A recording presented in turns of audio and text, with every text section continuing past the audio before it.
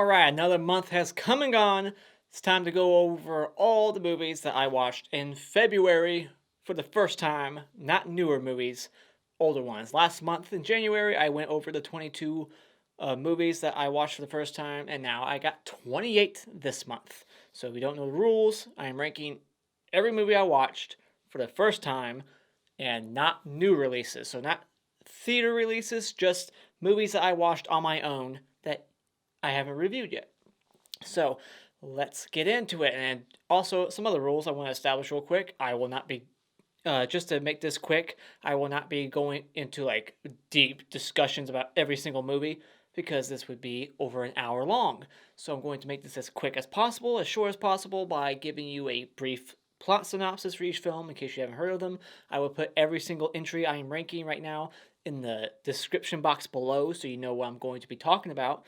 And I will give a quick like and dislike for each film, just to make this quick. So, what is my number 28? What is the one I disliked the most? That would be Old 37.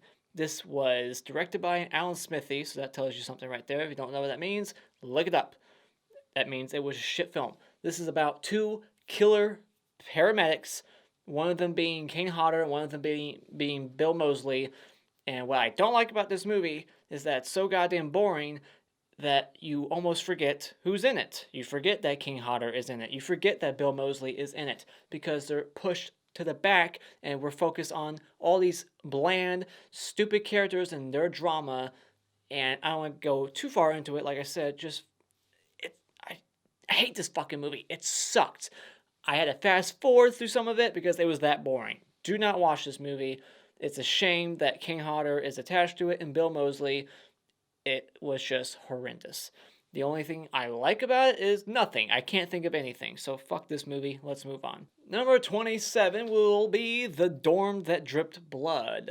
I think there's another title for this film called Pranks. This is a very ultra low budget horror movie about these kids, college kids, who are trying to clean up this old abandoned place for whatever reason, and people are getting picked off one by one. It's a whodunit, and the reveal for the movie is absolutely horribly written. The killer is literally like, here's why I did it and how, and his motivation, his reason. It's awful. The acting is horrendous. The only thing I can say positive about the movie is that there's like two decent kills in the movie. One with like a drill through the head, and you actually see all of it on camera. So that was nice, but not enough to save the film. It was god awful and boring.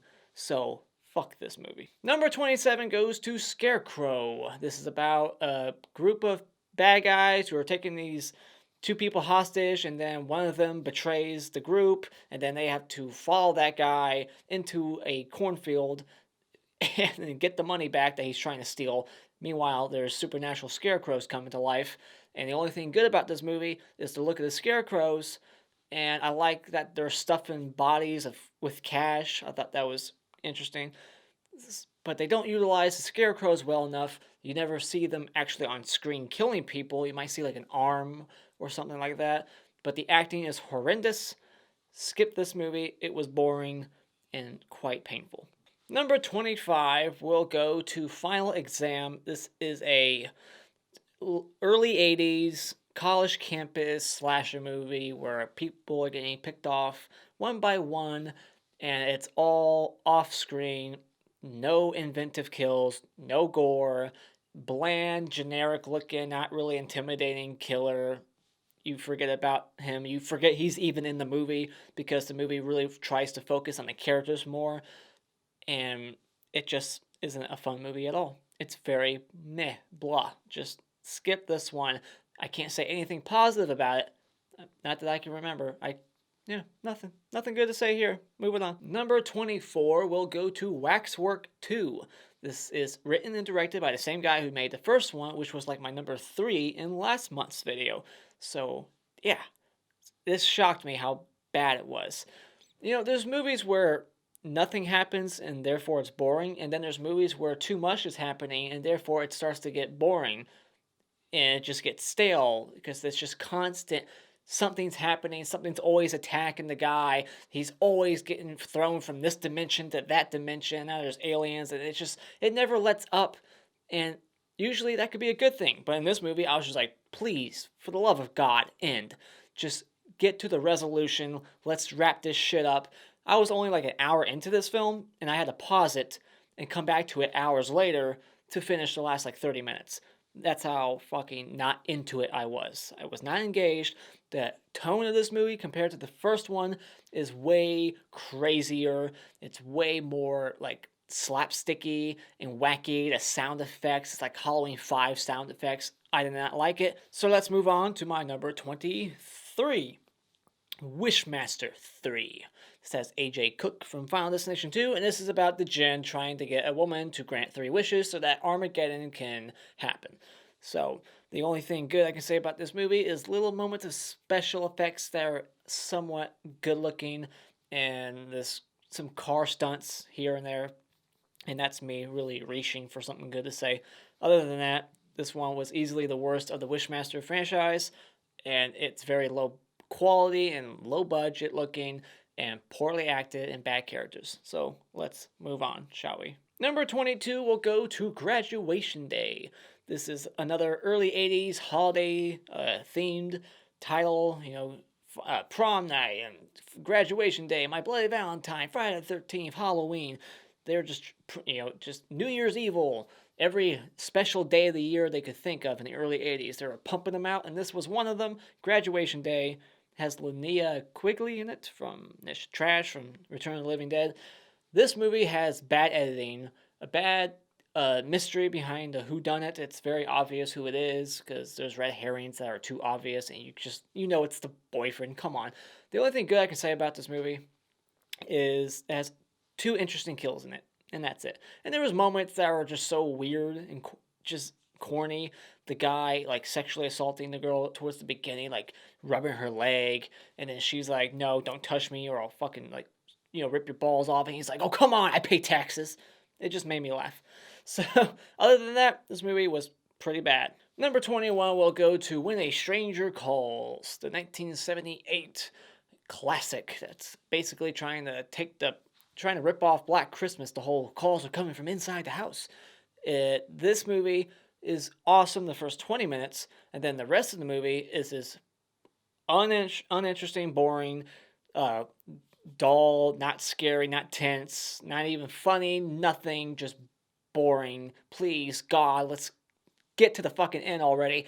Cat and mouse chase. That's what it is. It's big, overweight PI who the fuck would hire him trying to get the main bad guy from the beginning 8 years later or something. It's awful. So skip this one too. Number 20 goes to the original Night of the Living Dead.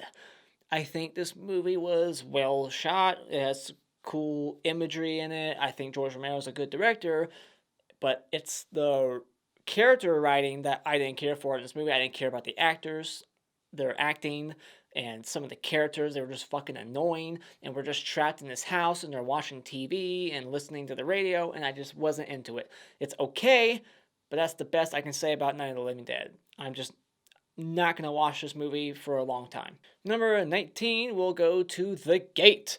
This is about some hole in the backyard that is leading to a different dimension or to demons, and they come out and they're attacking this brother and sister, and the sister has her friends over and they're complete cunts. Just horrible people. Even the boys, they're dropping the F word left and right. I didn't care for this movie either. I know it's a cult classic for some. I can see liking this movie as a kid, because this movie seems like it was made for kids. I'm pretty sure this isn't even rated R. If I looked up the rating right now, I bet it would say PG. Because this is very tame, nobody dies, nothing really happens. Like, when you're getting towards the third act, you're like, man, nothing's really even fucking happened since they opened that hole. It takes forever for something interesting to happen, and the aliens, or whatever they're called, the demons, wasn't into them. They looked awful. Number 18 will go to The Gate 2. This one was just slightly better than The Gate.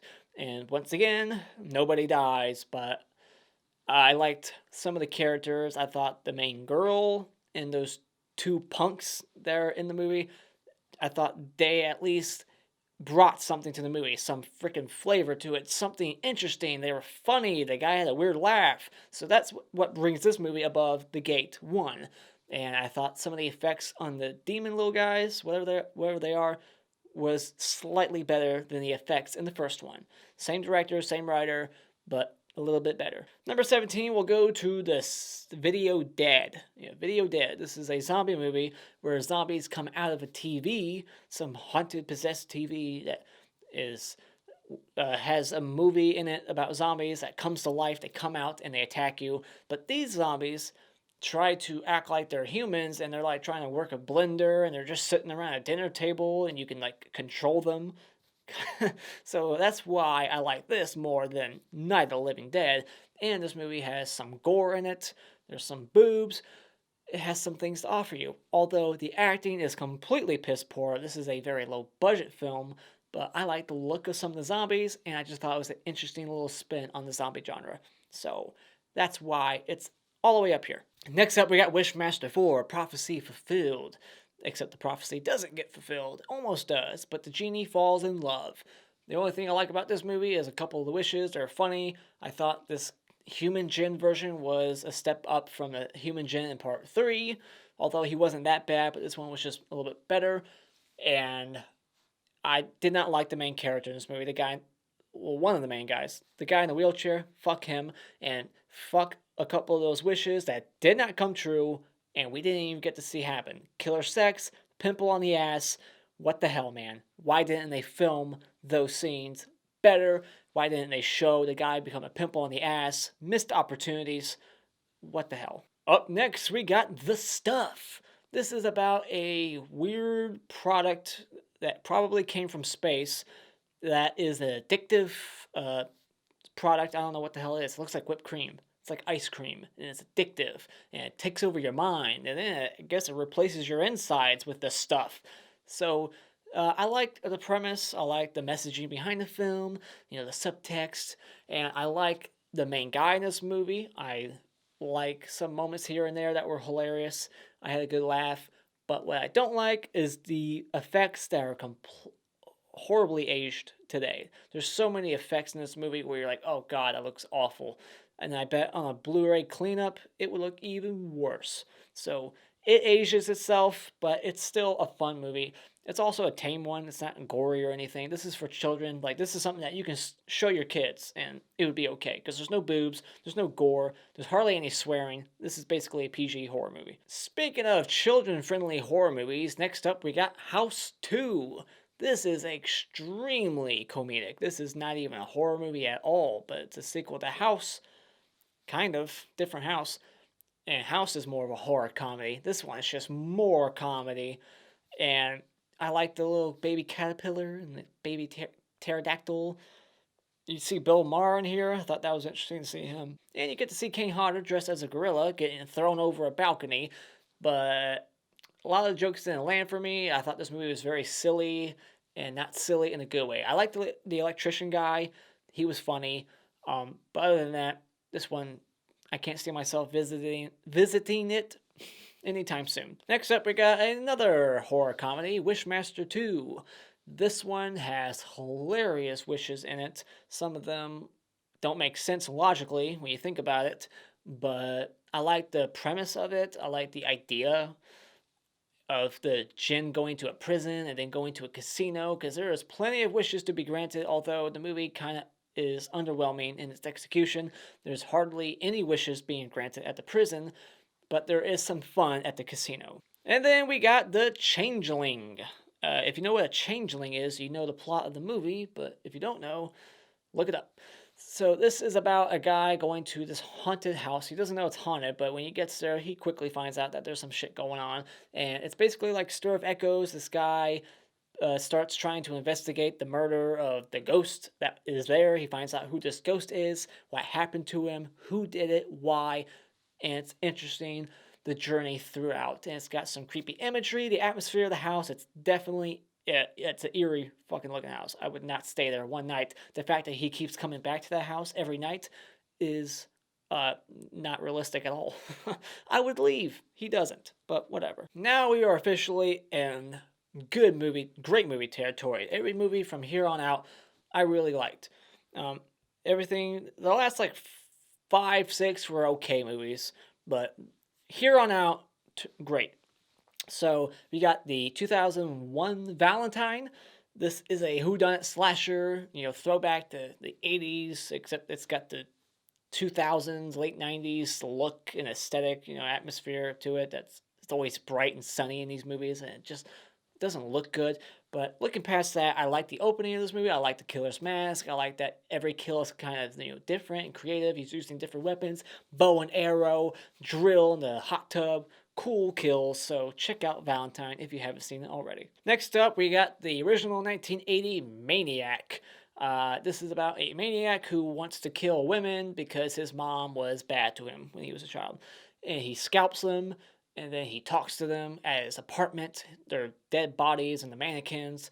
I like the whole idea of, scalps on a mannequin. It's just creepy. It creates awesome imagery that's, effective and, scary to look at, because mannequins are always scary. I don't know what it is, but a lot of people are scared of mannequins, but now imagine mannequins with bloody scalps on their heads. It just ups the ante. But I don't like the main guy in this movie. I didn't like his performance that much, and I felt like there was some pacing issues, especially with death scenes. I felt like everything was being dragged out a little too much to try to build tension, but I was just starting to lose interest in those scenes. I was like, all right, let's just move on. Kill the bitch already, and let's move on to the next scene. Next up, we got the original Last House on the Left by Wes Craven. This is his first movie, produced by Sean S. Cunningham. And this is a ultra low budget film about four crazy people who take these two girls out to the woods and rape them and kill them. But then they decide to spend the night at some random house, and little do they know, that house belongs to the parents of one of those victims. And they get revenge. And it's awesome. Woman bites the dick off, guy gets the chainsaw, goes to town.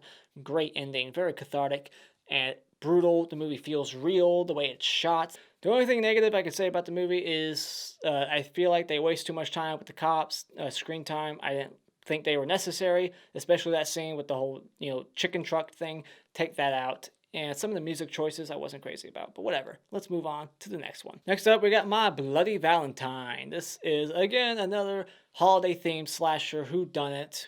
People getting picked off one by one. I like the coal miner outfit and the pickaxe weapon. I like the way the coal mine looks, the atmosphere of that. It's creepy. I like the mystery behind who's killing.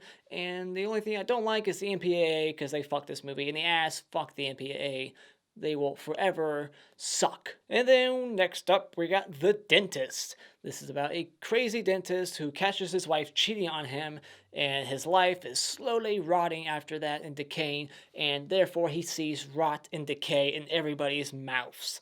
So, and then he starts yanking teeth out, and it's like my weakness now. I can't stand seeing people getting their teeth ripped out or drilled into. It makes you wince. This movie actually disgusted me. I had to look away. Next up, we got The Dentist 2. Once again, crazy dentist guy. He escapes from a mental institution somehow and then starts a new dentist office somewhere else under a new identity and starts going crazy again. And once again, he's doing things that make me wince and look away. He drills a hole in this woman's tooth and he starts hitting like her nerve. So you can only imagine how painful that is. She would pass out or throw up from pain, but she doesn't. It's just crazy how painful that would be. Like, I couldn't imagine. So, great movie. Check it out. Hardly anything bad to say about it. I can't think of anything. It's a good movie. Check it out. Next up, we got Castle Freak. This is about a family that inherits this big old mansion or castle in Italy, and there's a freak hidden in the basement, and he's escaped now. And he is vicious. I like the look of him, some of the kills, the gothic atmosphere of the movie. It's dark. There's thunder and lightning. I just like the way this movie feels, the tone of it, the score. It's very eerie. So if you haven't seen this movie, it's a hidden gem and totally worth buying. So check out Castle Freak. Number 4, we'll go to Terror Vision. This is a cartoon basically turned into a live action horror comedy. This is about an alien that gets beamed down to Earth and comes out of the TV and is attacking this family. And the look of the creature, it's so damn creepy and just awesome looking at the same time. John Carl Buechler did the effects, and they're all amazing.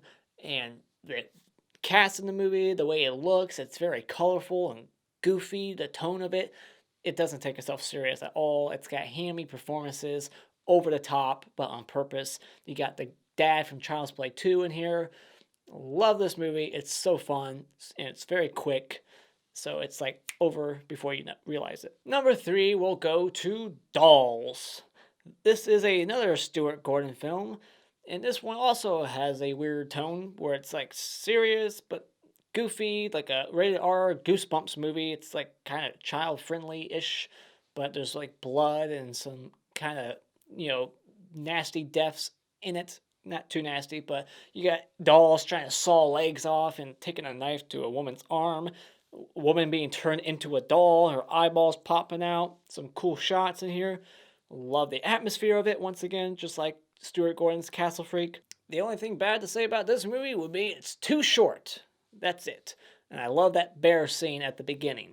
When the bear comes to life, you know what I'm talking about. That scene's fucking amazing. So it's hilarious. I laugh every single time. And the ending of this movie is hilarious too. Where's the sequel? Number 2 goes to Wishmaster. I really enjoyed this. This has unbelievable effects by Nicotero. Even some of the optical CGI shots, whatever, they don't irritate me that much. I thought some of them were actually pretty good. Not all of them. I wish Kane Hodder would have had a practical effect death. If I could change the movie, that's what I would do. Give Kane Hodder a special effect death, not that CGI crap. But I loved seeing Kane Hodder, Robert Englund, Ted Raimi, so many horror alumni in here. Tony Todd.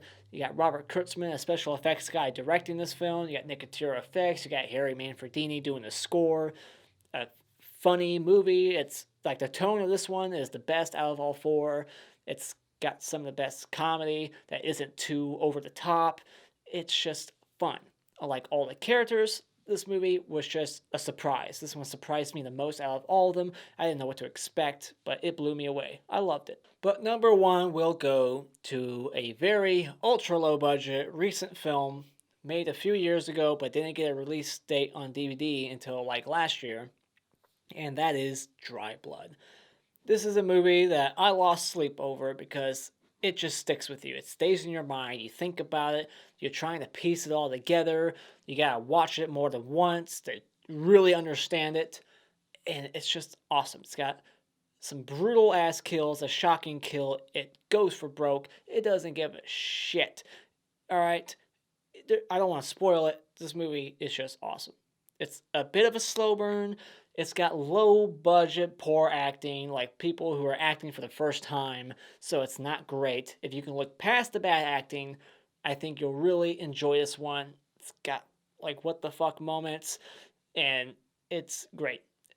I just can't stress enough, I love this movie, and I will probably do a review at some point because it deserves one. So if you haven't seen Dry Blood, check it out. Support low budget indie horror films, because this one deserves all the money it can get. Check out Dry Blood. And that's my ranking. Put your favorite movie from this list in the comments below. Like and share this video with all your friends, and become a subscriber today just by clicking on my cartoon face in about 5 seconds. And until next time, auf Wiedersehen.